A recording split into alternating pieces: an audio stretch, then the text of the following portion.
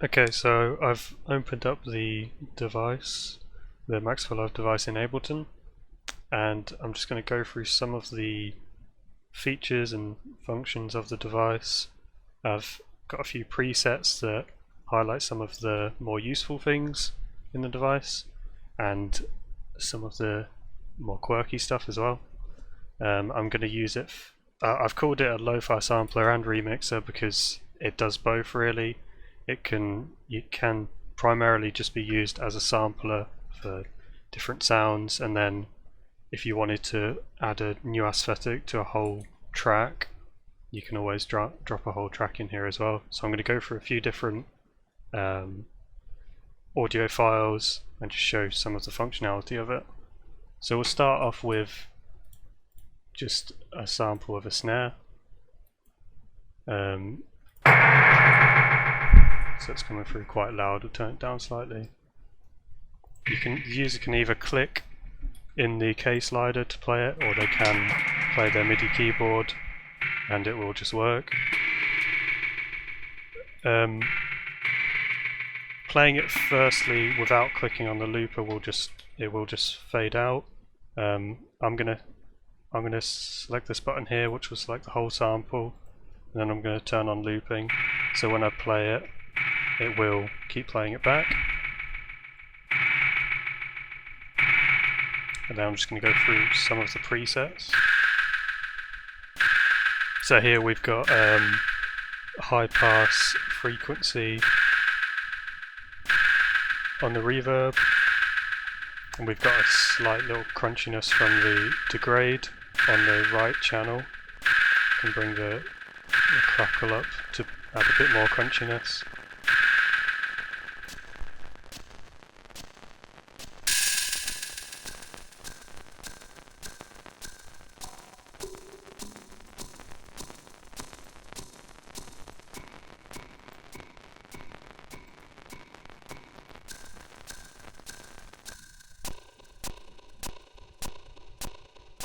So with the degrade, we've got 3 different buttons here on each channel. It's quite useful to have this little overdrive, as it allows us to hit those bits of audio in between some of this bit depth. So if we turn the sample rate up, we turn this up as well, you can hear it's quite loud really. And there is a big difference between a bit depth of 4 and 5. So if you want a lower bit depth but you still want to hear it, that's where the overdrive can be quite useful.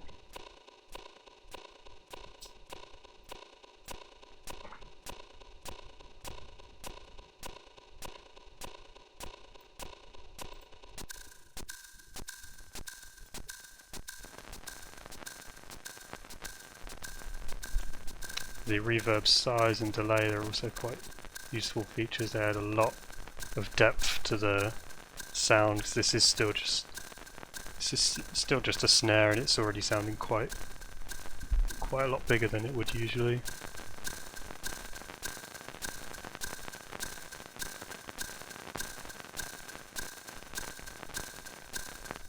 Okay, so if we move on to just a little drum loop that I've got in here. Okay, so if we move on to this drum loop, at the moment I've got a really high frequency on here, so if I set that really low, it's still playing back pretty fast as well, at a high BPM. So if we can slow it down a little bit. And the delay is working quite nicely there, adding a bit more depth to the beat. So is the reverb. It's important to be quite move some of the reverb dials quite not too much generally, because it can go a little bit overboard. Everything is set as we saw on the inside of the, as I'll show you a little bit later on in the inside of the device. Everything is set, so there shouldn't be any clipping. But if you set everything as high as possible, it might do.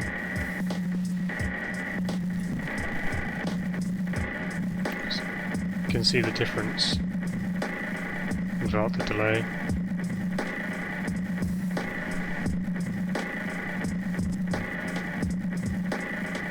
This is delaying the dry track, so you can hear that back.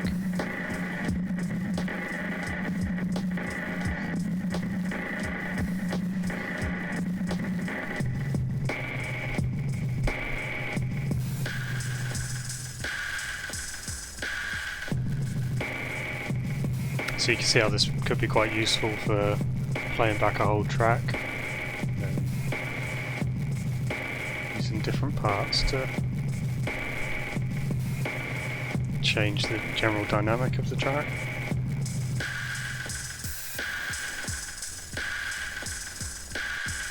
Then you can loop different sections. So here we've just taken these 2 points, and we can bring it right down.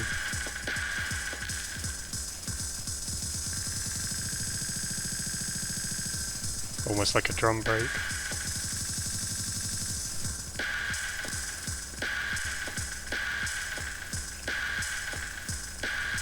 That's definitely something reflecting back I would change. Add maybe some more functionality to the looping part.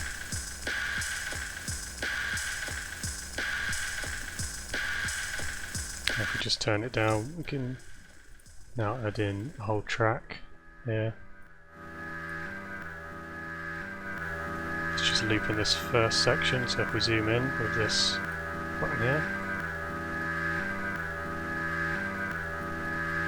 we can maybe pick a different section out.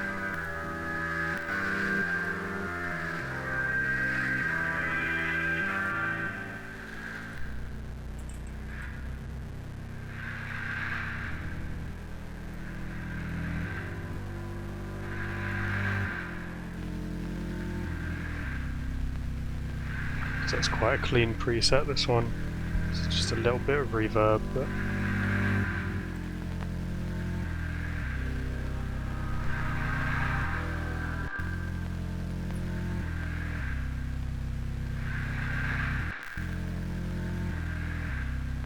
so we click here, we can play the whole track back. We can play it back quite quickly.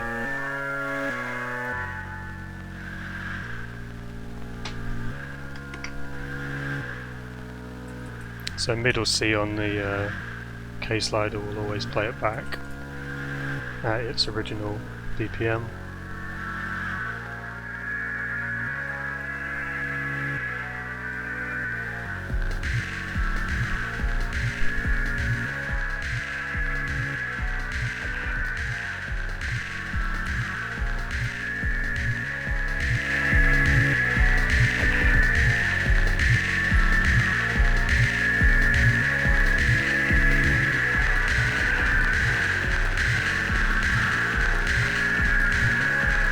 There's a lot of grittiness with this preset and it because of the degrade.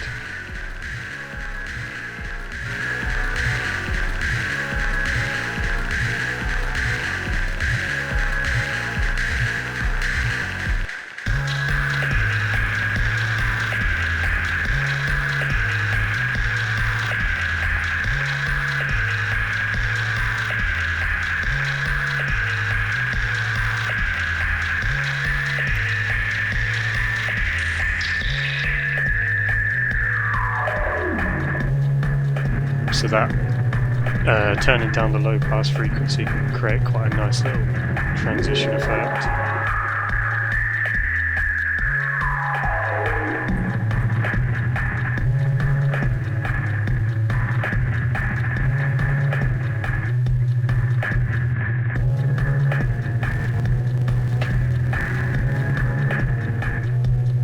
So it's really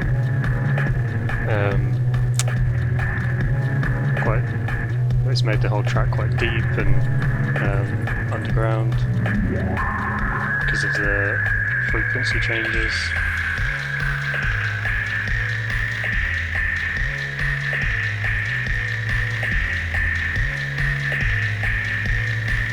It's quite useful to look at the really low sample rate, bit depth.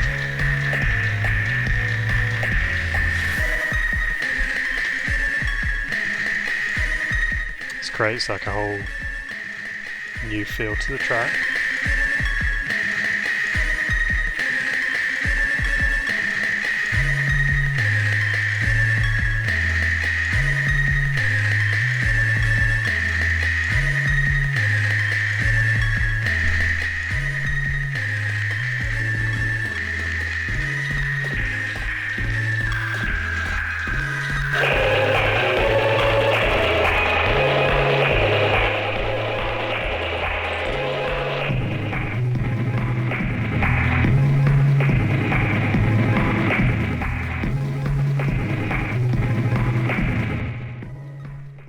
So if we just fade that out, we can see 3 different functionalities of the device there. The remixing a whole track, changing the general feel of a whole track, adding some depth to a sample, so just a single instrument hit, for example a snare, or changing just certain loops, or even looping back parts of a bigger track like this.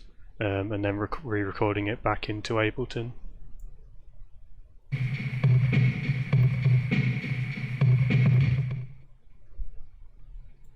So I'm just going to talk through some of the build and the insides of the device that I've been creating for the past few months. So if we just have a quick look on the inside, now we can see the inside of the device. It's made up of 3 main parts: the sampler, the sample loop, and then the effects over here, which can all be saved via the preset over here. So if we have a look at the patcher by clicking down here, you may have to unfreeze it as well when you first, and unlock it when you first open up the device.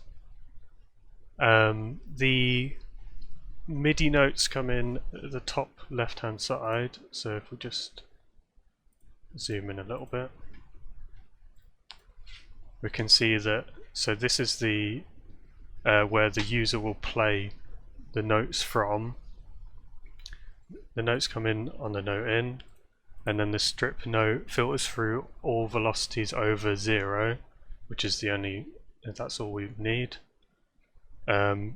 This filters through to the trigger down here, which filters through into 3 different things. The groove is the main part of this section of the device.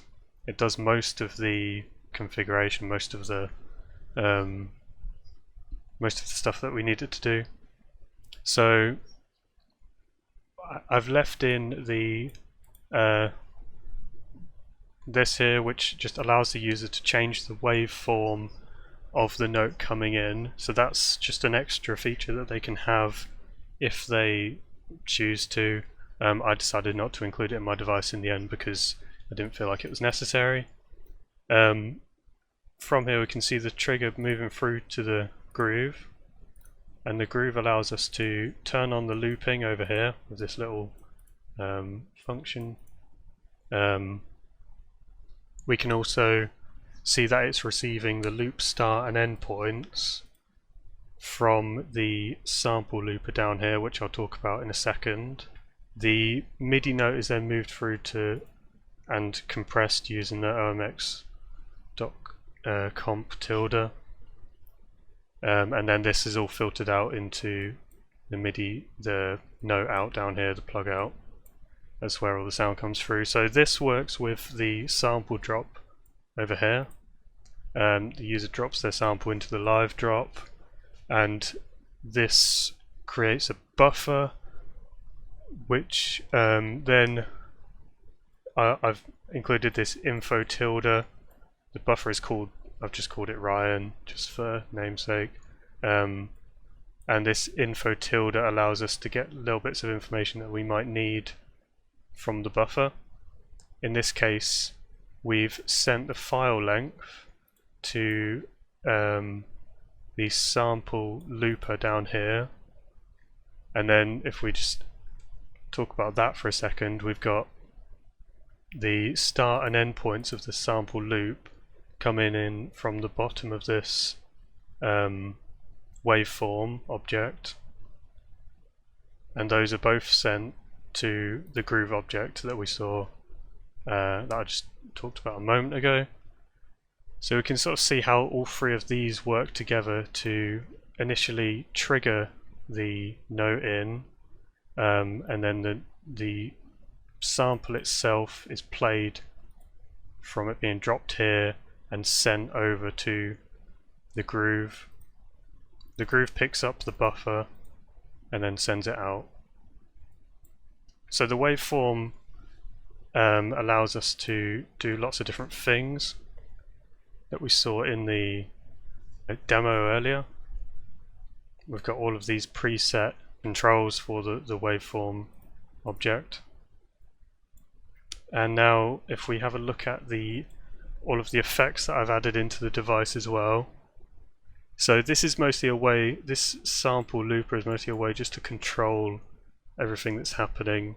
In terms of what's directly happening here, it's just loading a bang into here, which is controlled via this message box, and that just allows the device to load in the buffer from what we've dropped in the audio sample, and then, like I say, the file length, the start and end points are sent back in so it can be identified from the MIDI keyboard, the K slider. So now if we move on to looking at some of the effects that are built in here as well. So we've got the degrade over here, which is fairly simple in terms of how it actually processes the audio. It's just built into this patcher, which has the two degrade tilde objects, two overdrives, and then a peak limiter to make sure that we're not getting any clipping of the audio. We've got two of each because there's two channels, so we do have a stereo degrade going on here, and then the user can also change, just like this, the gain coming through here if they want it to be a little bit quieter. I've added in some overdrive, which is preset into the it's just preset into these objects here, so all of the maths and processing happens in this object. If we look at the delay now, it works in a very similar way to the degrade. The notes come in via this MIDI input, which is already loaded in the buffer, so everything is just bypassing the delay, the degrade and the reverb, and that's just generally how effects work anyway, but that's how it's been built into here. Again, we've got peak limiters to make sure there's no clipping, tap in and tap out, and a state variable filter. Here it allows us to, all of these objects allow us to control different parts. For example, the delay, time, frequency, resonate, and the feedback. They all come into different objects here in the patcher.